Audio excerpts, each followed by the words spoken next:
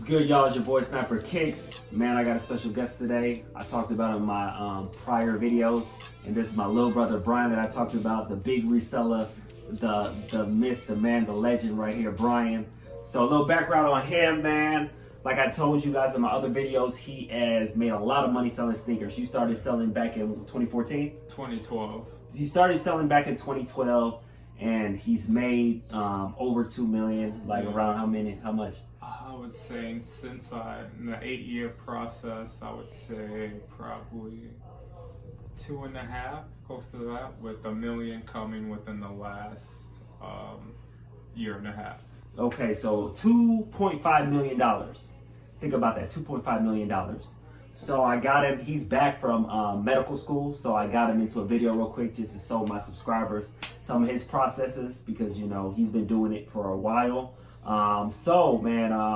Yeah, right now he's in medical school, and with the sneaker money, what have you been doing with the sneaker money? Have you been paying your school? Have you been like paying your car? Like, what have you been doing with all that money that you got with your sneakers? So I've been using my income from the sneakers to pay off all the debt I've had. I paid off my car. I'm in the process of paying my school off, and currently using to save up to buy my first investment property. Okay, so like he said, he's using his money to do other things, and one thing that's big is that sneakers, you can make money selling sneakers, but there's a greater picture on it. Like he said, he's using the sneaker money to pay off debt. Think about medical school, how much money that is to get that done. And you use your money to invest in yourself with real estate and things of that stuff. So, you know, that's just a little thing, you know, with the people that are seeing me selling sneakers. There's also a bigger picture. You can use your sneakers to also do other things as well. So, one thing that I want you to touch upon is like, what was your journey in the beginning of reselling? Like, what was your journey like? How did you end up getting this big sneaker business? What was the first step you took? My first steps, I was introduced from our little brother, Jason. So he started reselling. And one day he just told like all of us, come wait in line with me to get these sneakers. Because back in the day, there's no apps, no reservations, like everything was first come, first serve. Had to get there like at 5 a.m., store was gonna open at 9. We had a big family. That was our competitive advantage. We had a big family, so we can end up getting like 6 or 7 pairs of a hot shoe and then throw it on eBay. That's how what he was doing. I was like, let me try to replicate this. Right. Like, there's really a market for this. And then once I got my first taste, so my first shoe, I was like, wow, this is a lot of money for one pair of shoes. And at the time, like when you're 16 years old, to make $200 off selling like one pair of shoes, that's like eye-opening. And I just continually to gradually grow, and yeah, now I'm here. So he mentions back in the day when you actually could stay in lines and get the shoe.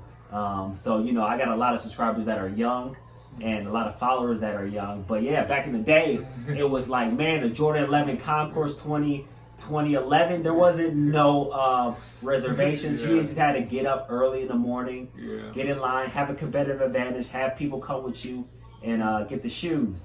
But my next question is, so you just didn't start off selling $1 million? Was that a process? No, it was a process. So tell them your process of starting small and getting to that millions of dollars in revenue. What was that process look like?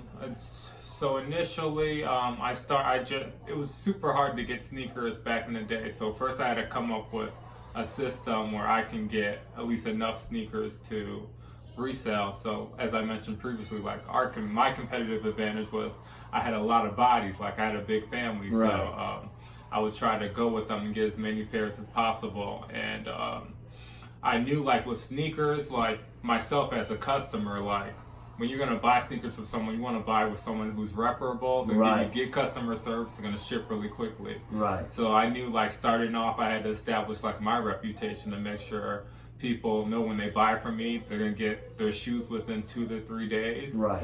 And if they have any questions or concern, they can contact me. I'll get back to them immediately. So that was my foundation.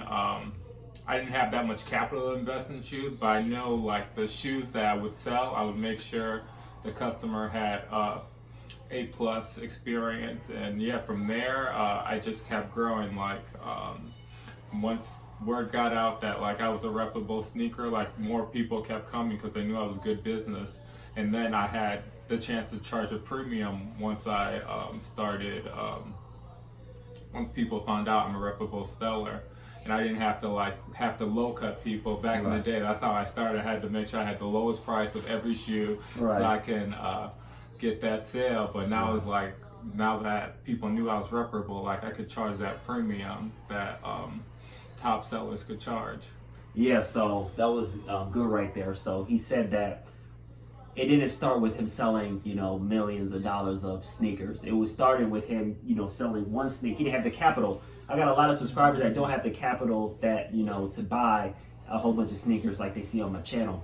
So what you need to do is you need to buy, you start with that one shoe. Get a shoe, you flip that thing for $70. You got an extra $70 in your bank account. And you could do more with that, Now you said that you started with 200, now you have 270.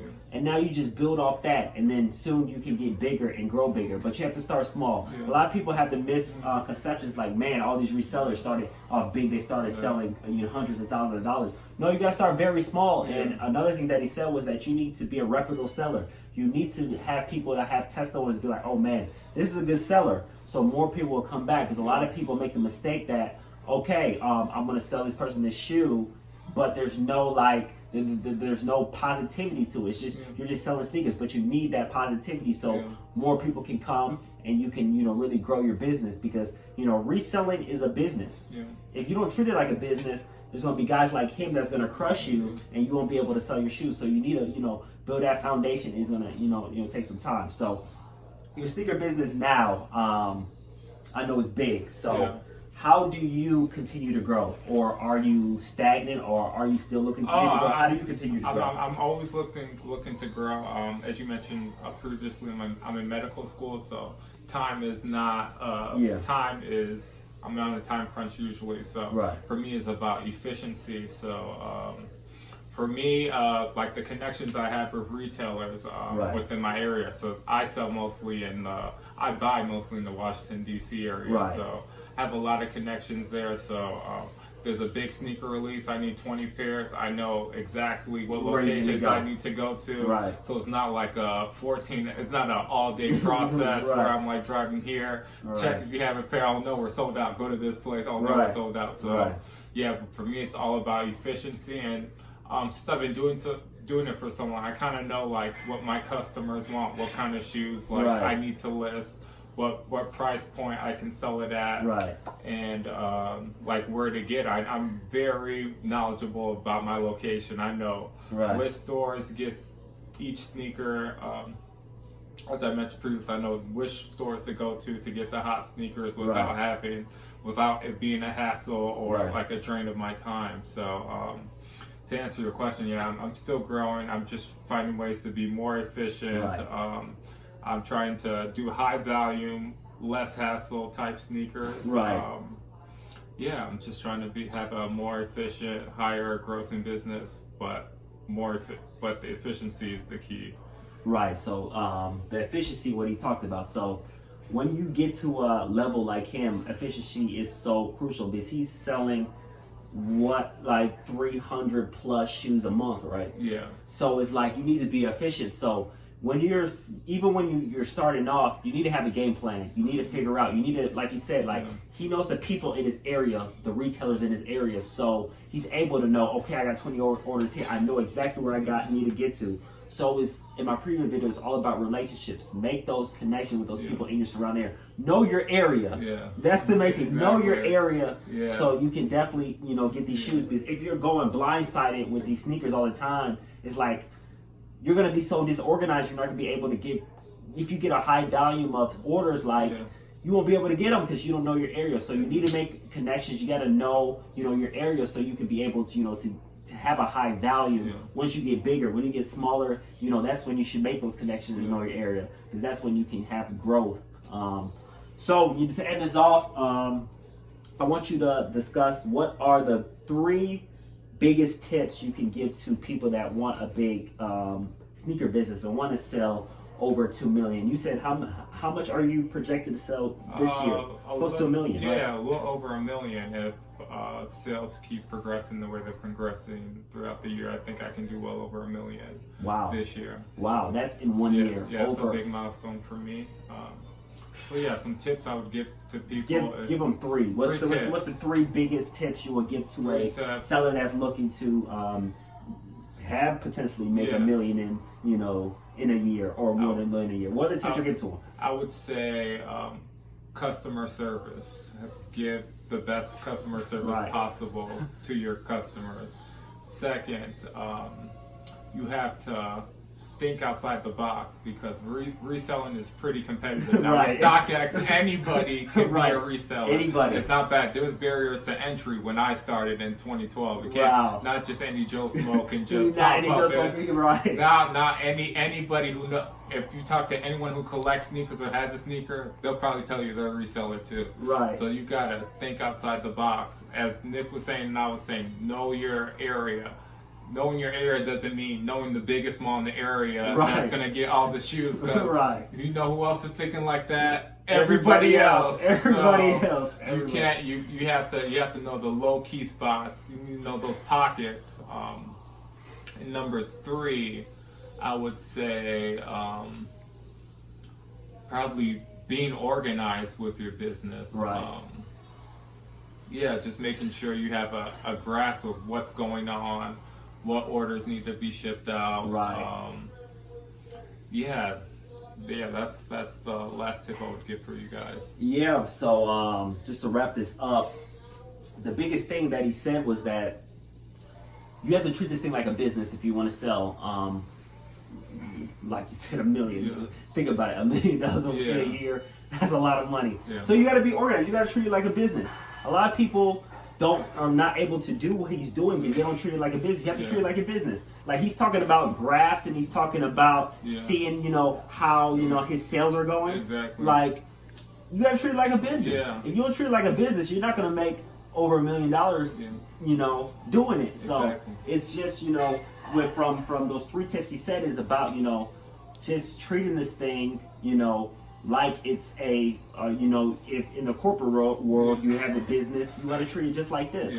So you just have to be creative. You have to have an entrepreneurial type mindset because, like he said, like the barriers to entry to this reselling game, there's none. Anybody can sell on StockX. So now you have to be creative with your stuff. And when he was back in 2012, there was no StockX, there was no GOAT. So everybody can resell.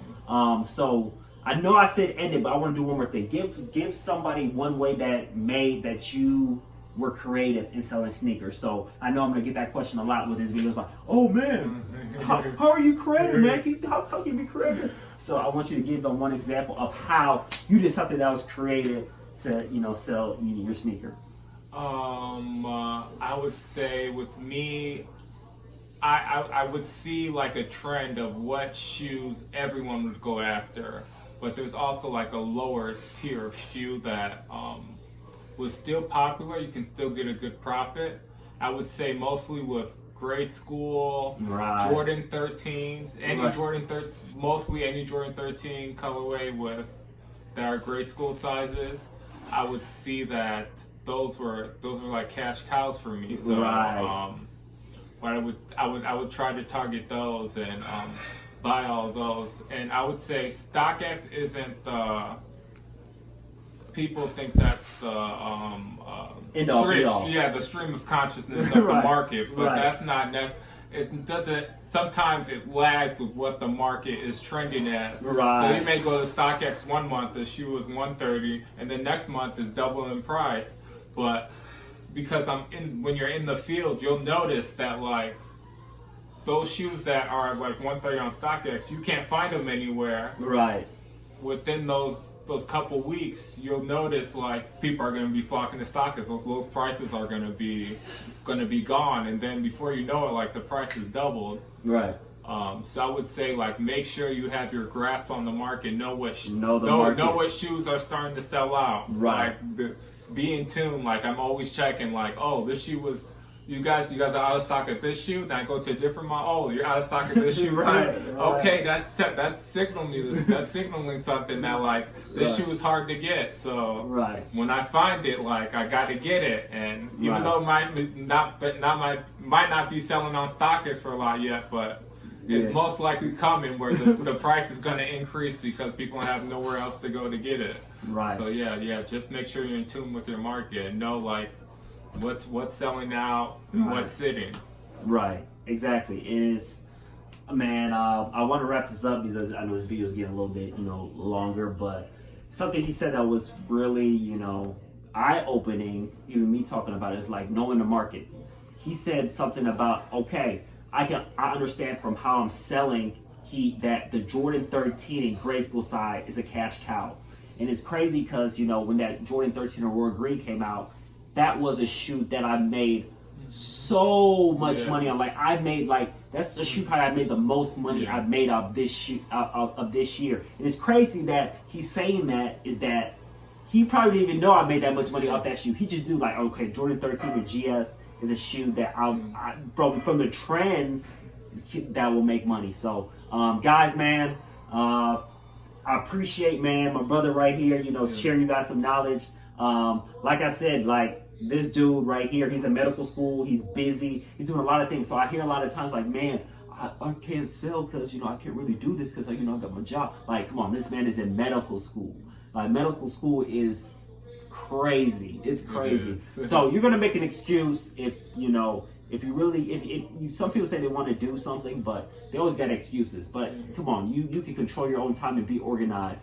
But, great, man. This is a dude that's made over, millions of dollars selling sneakers. So, man, the stuff that he said is very, very, very, very important. And I would recommend you guys, just watching this video over again. There's a lot of things in this video that were very, good for, resellers that are starting up, even resellers that are established. He did some stuff that even caught my eye, and I've been selling for, some time. So, guys, appreciate you guys, man. Like I said, we're on the road to 1K. Coming up soon.